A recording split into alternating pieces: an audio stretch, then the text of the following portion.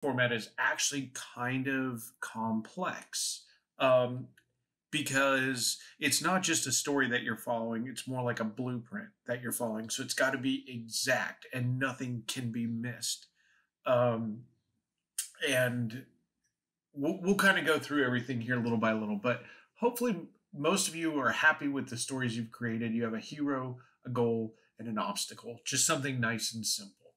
Um, Screenplays and the script is all about formatting because one page should equal 1 minute of film time. So most screenplays are 90 pages, 90 minutes long is kind of the average. So you have to make sure it's formatted correctly. And now that we no longer shoot on film and shoot digital, um, it's it's still a very strict rule to follow. But that was really one of the reasons that it had to be formatted perfectly, was to know how much film to buy and what kind of film to buy, because it differs if you're shooting inside or outside.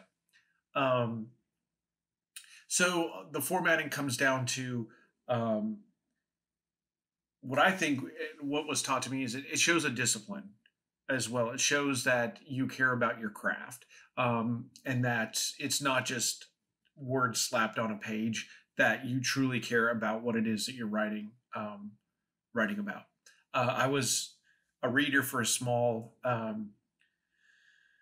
production company for a time, so they'd get boxes of scripts in, and they just kind of said, look and see if the formatting is correct, and look and see how many pages. And you would just that you use just those two rules to determine if you're going to actually take time to read the script or not. So it was a two rule, like okay, it's formatted correctly, and it's at the right page count. And you can usually tell within the first 10 seconds if it's formatted correctly or not.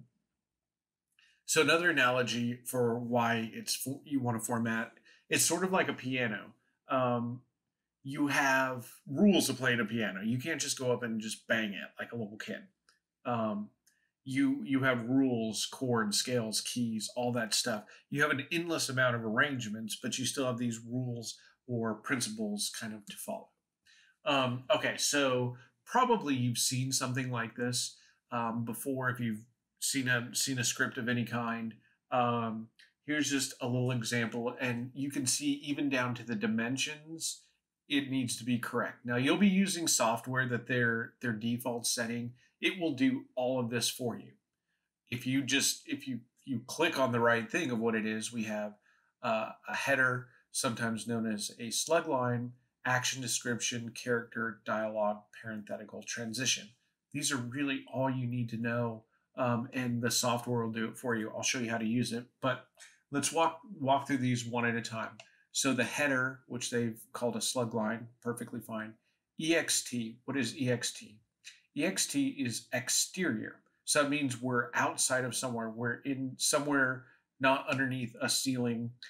There's no real fuse box. We are outside. So again, they would need to know what type of film to buy. When they get done with the script, somebody does what's called a breakdown, and they'll see how many are outside scenes, how many are inside scenes, and that tells them what kind of film stock to buy. And then this is really referring to where we are and the time of day. So what you want to do is exterior, make sure there's a period right there. Famous movie studio. If hopefully it's not too complex, but the rule is you go from the general to the specific. So let's say famous movie studio, and then a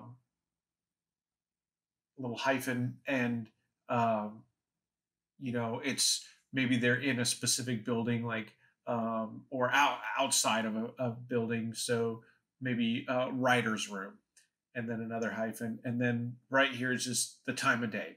So general to specific, time of day. Make sure you have the spacing in there. Make sure you have a period right there. That's all you need to do, and make sure all of this is capitalized. It should automatically default to that for you. Okay, let's read this. Hustle and bustle everywhere. Extras, which you learned from the previous lecture, what they are. Extras in costume coming and going.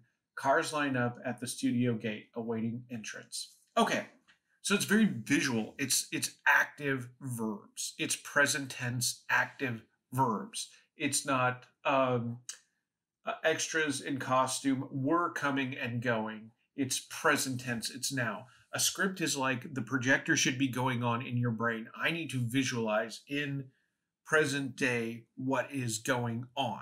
So extras in costume coming and going. Not past tense, not future tense. Present, what is going on now. Cars line up at the studio gate awaiting entrance. Okay, so notice here we have extras. So capitalizing that, so when they do the breakdown, they know, oh, we need extras. And then capitalizing the cars lineup. I wouldn't necessarily say you have to every prop unless it's important, put in all capitals. But if it's significant, like you have a very, I don't know, if it's important to the audience to know it, capitalize it. If it's important for the audience to hear it, capitalize it. If it is important, capitalize it. If it's a person, the first time we meet a person, so Jason Spencer, 22-year-old starstruck Hoosier, bounds up to the security guard. Okay, so this is the first time we meet Jason and the security guard, so they're capitalized. Once we know, once it's been capitalized once, it's all you have to do it. So even this day player, remember that from our last lecture? The security guard, which he'll probably have, one or two lines or something. And then a little description, stuffy and humorless. All right. So this is a good way of introducing who our characters are. Present tense active, present tense active, present tense active. You don't always have to put age. Don't be overly descriptive, but don't give too little. Give the right amount. It's a judgment call. One thing is these descriptions, these action should be no more than 4 lines at a time. It's not quite one camera shot, but if this starts to get paragraphs long, it's too much. You need to break it up. Give those words some room to breathe so people can follow the story. Because we're watching the movie when we're reading the script. We're not reading a novel. The other thing, if you can avoid one word left alone here by itself, it's called a widow or an orphan. That's where I don't know how they came up with that term, but words want to be together. And then it kind of just makes the page, you get a little weird amount of white in here. But so try if you wrote the best sentence ever, fine. But just know you don't want too many of those. Okay, then character name is just who is talking and what are they saying. All right, so character name and then dialogue. Okay, all you need to do every time somebody talks, put their name, what they say. You don't want to one person's scripts that I've read, you can order a lot of scripts online. It's actually a really cool way, if you like studying film, is to either read the script then watch the movie, or watch the movie, read the script. And you can see different directors, writer directors, how they write. Judd Apatow has virtually no action. It's all just dialogue. Don't make the whole thing dialogue. You're only doing 2 pages here, so you can kind of see that it doesn't take much to fill up a page. This part right here, parenthetical, I'd like you to put at least one of those, if you can, somewhere in there. Don't capitalize it, and it's usually just 1 or 2 words. It's some way to give description not only to the actor, but to the reader as how to react to information that was just said. So security guard says, I don't believe anything. I'm a professional skeptic. Jason, nonplussed. Gosh, I guess they need everything in Hollywood, don't they? So just a way of saying how is this line supposed to be read, and it just kind of puts you in there. And then we have these transitions. If you remember in editing, they go over here on the right. It's its own little category. Just make sure you put the colon there at the end. And you start each script up here. It'll say fade in. And when you're done, fade out with a period instead of a colon. If you don't, that's a really nitpicky thing. But I'll be really impressed by you if you remember fade out to put a period. So fade in right here and fade out period right there. And that's just so that they know that's the end and not, because sometimes you can fade out, and it's not necessarily the end. So probably has happened somewhere that there were actually pages to come and somebody reading it thought that was the end. Okay. Always use Courier font 12 point. That should be the default. There's all sorts of different Courier. It mimics a typewriter, long and short of why they've chosen that. Again, interior, exterior, both always capitalized and have that period. If you're going interior, exterior, exterior, interior, if it's one shot continuous, then you can do that. I don't think anybody will do, and there's ways you can get around it. And the safest way is just in that time of day section here. Like let's say it's exterior movie studio, and then the very next one he goes inside the studio, and it's pretty much the exact same moment. You could just write interior int period famous movie studio, and then same. You could put something like that, or continuous right there.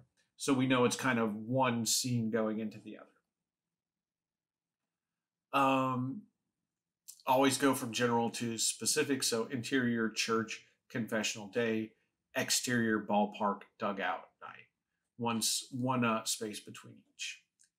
You can get creative if you want dusk, dawn, magic hour, high noon, something that just will let people know, especially the crew that'll be working on it, what they need to prepare for. So if it's important for the audience to know it, then I would put it. If a character is doing something rather mundane and not important, like sips a drink or grabs a glass, you don't need to capitalize. But if it's like grabs a glass and drops it and cuts themselves, or something where it's significant, where then yeah, I would capitalize it. But same with sounds, the blast of a loud gun. So it's the sound and it's the source making it. Make sure those are capitalized. So you could go back and look at it, and this has, we'll just go through together some things that are wrong. So we see exterior period, that's good. Valet station, hotel day. Okay, well, first of all of these need to be capitalized as well. And then remember, we go from the general to specific. So hotel needs to be here, valet station should be here, and it's just one space, not two, between all of these. Ferrari idles. Okay, we know that would be one, a source of noise. So Ferrari idles, it seems rather specific. Waiting for its owner. John Chen, wealthy stockbroker, stoles out, and it should be stroll. So John Chen, capitalized, of the Hotel New Orleans. And right there, if it's that specific, that's something that can go right here as your, instead of just hotel. And climbs in his car. He rolls down his window and hands the valet a quarter. Okay, valets. Tires squeal, capitalized. John peels out, leaving the valet in the dust. Okay, so you can see it's just little things like that. Look for what's important, and present tense. Parentheticals, again, those little things, use them sparingly. Some people get way over the top. Actors hate it. They want to read it the way they want to read it. So only if it's important. Transitions, always start with a fade in, upper left, always in script with a fade out period.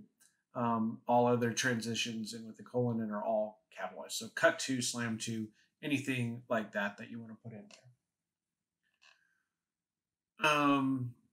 If you have in the character dialogue or the character section who's talking, sometimes they might be a voiceover, meaning they are not present in the scene. So just a V period, O period, parentheses. If they're in the room, but we don't see them, sometimes, somebody will scream from another room or something. So that's off screen. Just do OS. Okay, so the principles. Why do we go through all this? Because it works. This is how telling stories in script form works. Can you deviate? Yes, but ask yourself why. So this is getting more into how a story is told. If you want to look at this later at your own leisure, this is kind of a arc plot structure, um, but broken down. It's going from a positive to a negative or a negative to a positive. So I think pretty much everybody. This is a good example. A scene, since what y'all are doing is just a couple pages, um, there should be some kind of transition from a positive to a negative somewhere, a negative to a positive. It's got to be clear of going, for example, from love to hate, from life to death, from loneliness to companionship, from an enemy to a comrade. So cowardice, that's a negative. What would the positive be? Courage. Poverty, richness, ignorance, knowledge, freedom, enslavement. So it could be a kind of a little bit more of a, I'll say, metaphysical, abstract sort of a concept, but that's really what sticks with us. So look and see, how does your start, how does it end? Uplifting films usually start off bad and end happy, and then vice versa for the others. So always ask, who's my hero? What are their goals? What are their obstacles? It's key of any scene. Um, Script should be visual. Um, put it in my mind when I'm reading it. Uh, Present tense, active verb. So we have Kim. Kim runs down the hall. Adjectives and adverbs help. Kim quickly runs down the dark hall. Okay, two completely different things. Um, Uses few words that adequately describe the action or character in the scene. Kim makes a mad dash for the exit at the other end of the dark corridor. Can you add in a little exit there? Sure. Oh, by the way, these are italicized just to differentiate it. Don't do that on your script. um, cool. So, um, just to give you an example how you can build upon a sentence. So don't use past tense unless you're giving the reader a chance to remember something from pages ago. So nobody is writing anything um, that will be that long. But let's say you have small town diner and there's a mysterious man that enters. Well, 15 pages later, you can write small town diner, the mysterious man, the same we saw in the same diner. You can reference there, but don't assume I know anything, and don't talk like I'm dumb to me with the script, right? So just be clear in present tense what you're trying to say.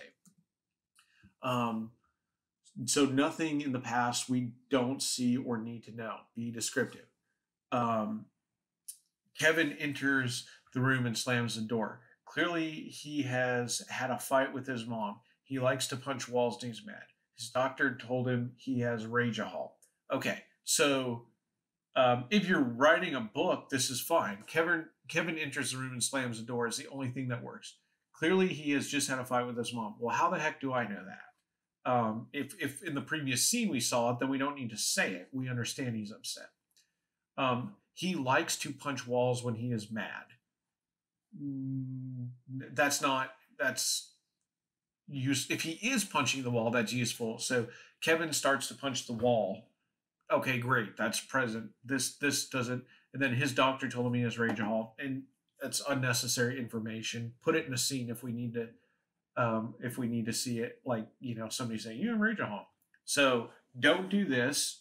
Kevin 14 enters. Don't do this upper part. Do here. Kevin 14 enters the room, slams the door. He looks mad, really mad. That I just had a huge fight with my parents, sort of mad. So that's a way you can bend the rule that makes it present tense and work. He lets out a scream. Bam! He punches the wall. His hand is covered in blood, but that doesn't even slow the rage in his face. Then we notice his walls already looks like Swiss cheese, holes everywhere. So there you go. You can get away with these kind of short little incomplete sentences a little bit too, here and there, kind of peppered in. I wouldn't use them all the time and everywhere, but not unlike the holes in Kevin's wall. All right. So what you're going to want to do is you're going to get Celtx. And you are going to just go to that Celtx.com. You just give them an email address and it's free. It is a free screenwriting software. You'll just click a new project. And right now I have too many on there, but you'll see when it comes up, just do, because this is free, it limits you to what you can do. But it's really good. And I use it all the time. I used to use another one, and it was like hundreds of dollars, and this does just as good a job.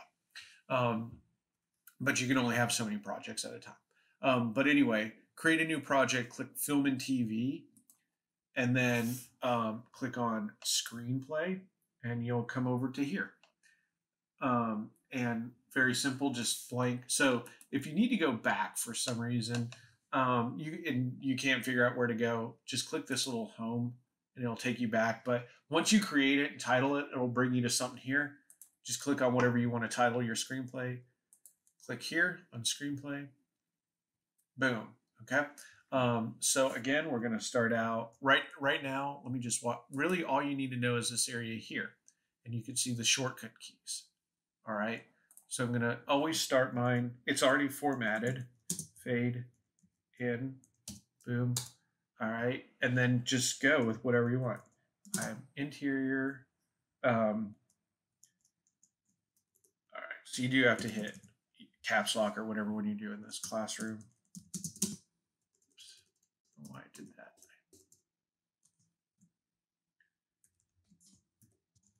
Okay. That's it. All right. So actually, I goofed. I'm going to highlight this. See how it says it's action right now? This should be a scene heading. That's why I wasn't capitalizing it. Okay, so it knows after you write this that the very next thing, because you can't do dialogue first. You can't go from a scene heading right into dialogue. You have to put whoever is there. So Matt Foss talks to his computer. Okay, so I capitalize. It's the first time you met me. I need action here before I can do dialogue. Okay, so I hit enter. I could go up and I can click what I want next, or I could simply hit tab until I get to where I want. So shot, text, act, scene heading, action. All right, right now I want. So Matt Foss is going to talk, and I'm going to make it dialogue and type in. I'm going to make it. All right. And that's all there is to this scene. But let's say I'm going to make it a scene heading. I don't know. Let's say I did want to add a parenthetical in here. I can hit enter, and I'm going to just hit tab until I get to parenthetical. And let's see, joyfully. See how it didn't capitalize it there for me? Joyfully. I'm going to make it a scene heading. I don't know why I'm so excited for a scene heading, but I am. Just like I could tab forward to another character, I can tab back as well. And then I'm going to go.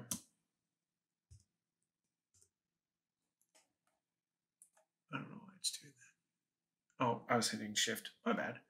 Hitting new keyboard. Laugh at the funny thing.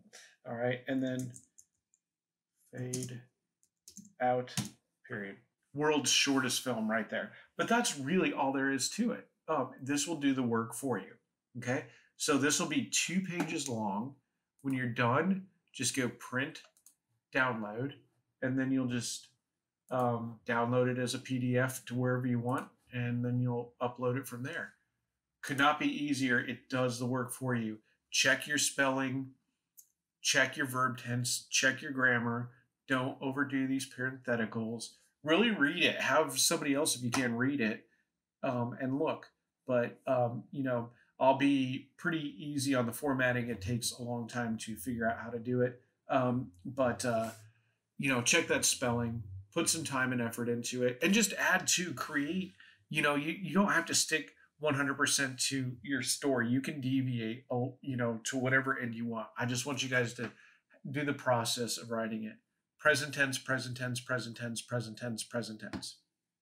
All right, just remember that. That is the number one thing I see people do. Like, don't give me unnecessary information. I cannot I will be so upset if you give me unnecessary information.